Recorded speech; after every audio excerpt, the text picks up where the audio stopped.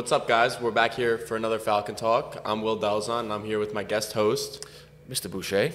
And today we're going to be discussing the upcoming Oscars, which are this Sunday, I believe. Yep.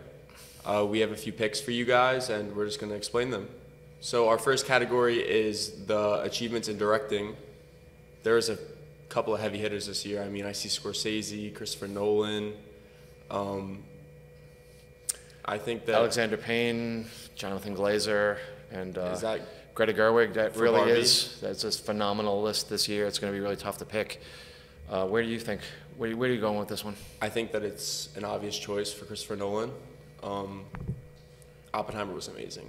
It was a super long movie. It felt like an hour long. I didn't want to look away. I didn't feel the urge to go on my phone. I was super encapsulated the whole time. The acting, the cinematography, the sound design. I loved it all. Right. Yeah, it is really tough. You would have thought that in a year like this, when Martin Scorsese made one of his most important movies of his career, that he'd kind of be a shoo-in for director, but I don't think he is. I do agree with you that I think Nolan is the top choice for this. He's been winning all the other awards. I think he's swept every one that I've seen so far. But Scorsese would be my choice to sneak in and steal it. The Holdovers was a great movie. I don't think that will pull it off for Best Directing yet. I think Barbie was a little too camp for the rest of the world. For some people loved it, and I did too, but I just don't think it's going to pull it off. So Yeah, I agree. I agree with you on Nolan. So what's next? Next up should be the animated feature film. I've seen a bunch of these films, actually. I saw Across the Spider-Verse when it was airing in theaters. I really enjoyed it. I don't think it's going to pull this off because my theory is that it was a cliffhanger. It left the movie off. I think that if you successfully do it, like Infinity War with Endgame, I think that that was one of the best cliffhangers ever. I loved Infinity War. Just crazy movie, crazy build-up, and then when the snap happened and everything ended, we were just kind of left like, what is going to happen next? When Endgame came out, it was the biggest thing like in the world. I think that Across the Spider-Verse had the potential to do that, but I don't think they really succeeded. I think that the villain was super cool, the Spot. I think that that was a crazy cool concept. To see that there was a little Easter egg in the first film where you could actually see him falling into the atomizer or whatever he fell into, I think that was really cool. But I think that the choice is definitely The Boy and the Heron. I think that's A Boy and the Heron. I saw that in film theaters too with a few of my friends. It was awesome. Studio Ghibli.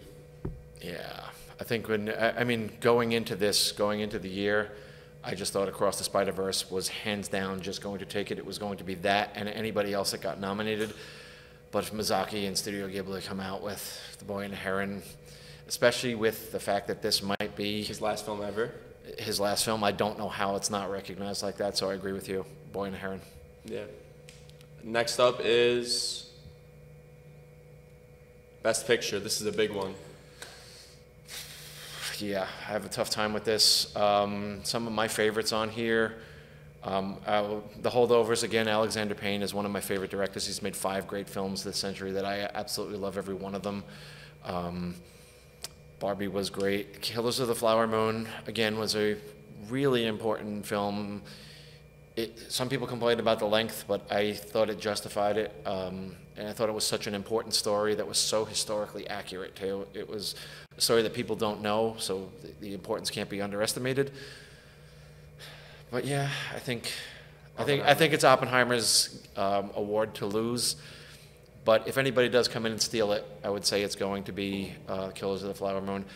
However, also, I did see Past Lives, and I love that. What a movie that make you think about the choices in life and where you're gone, where you've been. It's a very, very deep movie that leaves you thinking for a long time, and I hope that just because it probably won't win these awards, hopefully people realize it for the nominations and go and watch it.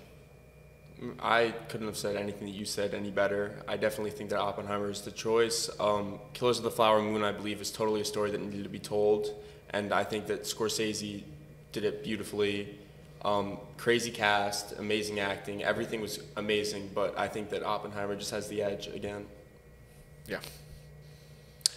Okay, so what do we have next?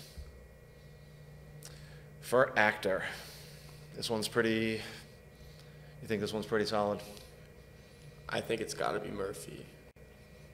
I think so too. I am a huge Paul Giamatti guy, again in the Holdovers, but I as much as I did love his performance in there, I don't think it's his best so far.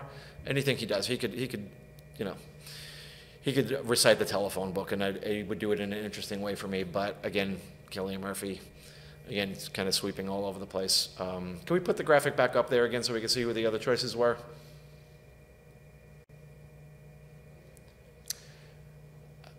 Bradley Cooper is another one that I think is. I think The Maestro is a good movie, but I don't think that he out edges the other people there.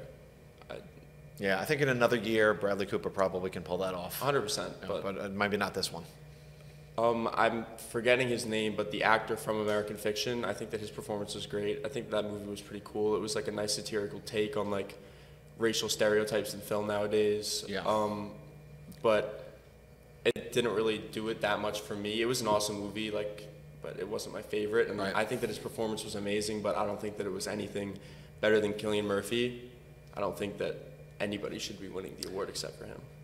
Yeah, I agree. I mean, this is really, it's a phenomenal year. It's one of the best years we've had in a while. I think it's the second best year that I've seen since 2016. But yeah, I agree with you. Moving back on to Best Supporting Actor. There's a lot of heavy hitters in this. Part of me really did love Barbie. I really liked it too. And it was great, and Gosling really stole so many scenes that he was in. I thought that it was very ironic that in this awesomely feminist movie that was really calling out a lot of problems in the world, that the scenes in the movie might have been stolen by a male actor. But I still don't think he's really going to get this. I think the odds are on. Well, who do you think? Can we bring the graphic back up? I think it's probably De Niro. I don't really think that you could top him. I wanted to see Poor Things. I didn't see Poor Things, but I know Mark Ruffalo is the supporting actor in that movie. I can only assume that he was amazing. I also do think that Robert Downey Jr. could take it. I think that every single performance here was pretty good. Yeah. I can agree with the Barbie statement with Ryan Gosling. I also thought it was pretty funny, kind of ironic that he did steal the show the way he did. Margot Robbie's performance was amazing, but Ryan Gosling, I think, also had the edge on her in that film, which kind of, again, hurts me to say because I really loved all the feminist themes and movements in that film. I saw it. I was supposed to see Oppenheimer. I was with Mikey Lorenzo and Sonny Consolazio. Shout out to them. We get to the theater, and they closed down due to a false fire alarm, and they didn't open up for the rest of the night. We had IMAX tickets to see Oppenheimer. We ended up speeding over to the next theater 15 minutes away, caught the next Barbie showing, and I don't regret it at all. I think it was a great movie. Oh, it was an absolutely great movie. And even though I think the odds-on favorite are probably Downey Jr., I'm going to go out on a limb here and pick Gosling for the steal, just because of the controversy that it's going to cause when Barbie doesn't win and Margot Robbie, in an awesome performance, probably is not recognized for this. And then Ryan Gosling ends up stealing that. That'll be a great thing to talk about the next day. Yeah, I mean, I love the songs too in that movie. Yeah, great stuff. It was hilarious. Right. Next topic should be supporting actors. I don't really know. Supporting actress. I think it game, set, match, Lily Gladstone. She was so awesome in Killers of the Flower Moon. And again, I think the authenticity of the movie and the performance is something that I didn't see. I haven't seen that in a long time. It's just stuck with me. I remember days after just thinking about how great she was in that. And again, I was left with how important it was. So I think I'd bet pretty hard on Lily Gladstone winning that one. I completely agree. I mean, I feel like it's kind of a disservice that I haven't seen Poor Things because I think that Emma Stone's an amazing actress. Sorry, La La Land was a movie that left me in complete emotional shambles. I couldn't breathe after the ending scene. I think that she's an amazing actress. Crazy Stupid Love, I think she was in too. Yes, I liked that movie a lot. Basically anything that she's done, even the Amazing Spider-Man movies when she was Gwen. Yeah. I loved that too as a kid. I think that she's an amazing actress, so I'm not gonna buy into it 100% that it's Lily Gladstone, but I probably assume. I could see Emma's taking the steal on this one. I could see it. But then again, Yorgos's movies are so weird. They won't appease to everyone. I don't know that they'll get that, but actually, you know, I saw some of his other stuff and it was not for me. But you're right, Emma Stone is so awesome that she could pull it off. Next up. Oh. I think that This is a tough category. You know, the Oscars tends to do some awards kind of a career achievement thing. Sometimes they end up giving it to someone else as like a cumulative award for this, and I gotta feel like in this case, I could see Jodie Foster coming in and doing a steal here. That's such a great career. Was it Naiad? Yeah. Was that the film that she was in? Annette Bening was the lead on that one. I think so. Yeah. Okay. I could be wrong, but I can agree with that. I mean, Silence of the Lambs was like, yeah, jaw-dropping. That scene at the very end with the night vision, like the whole scene where the door opens and you think that they're at the house, but they're not at the house, and right.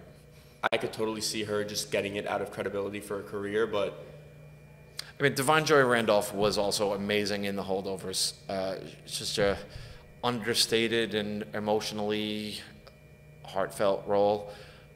I could see that. I don't know if that movie has the mass appeal to the Academy for her to get it, but I'd say it's between the two of them. I agree completely. All right, coming up next. And that's the categories we have for today. So I guess that's it. Well, thank you so much for tuning in. We're going to have a QR code that pops up soon. You guys can put in your own picks if you guys are big movie buffs, and if you think that we're wrong on anything, correct on anything, you can let us know with the QR code. It's a Google form. And we'll be happy to bring the winner onto the show next time so they can predict. Sure. Make their own predictions. They'll deserve it. All right, perfect. Thank you so much. Thank you.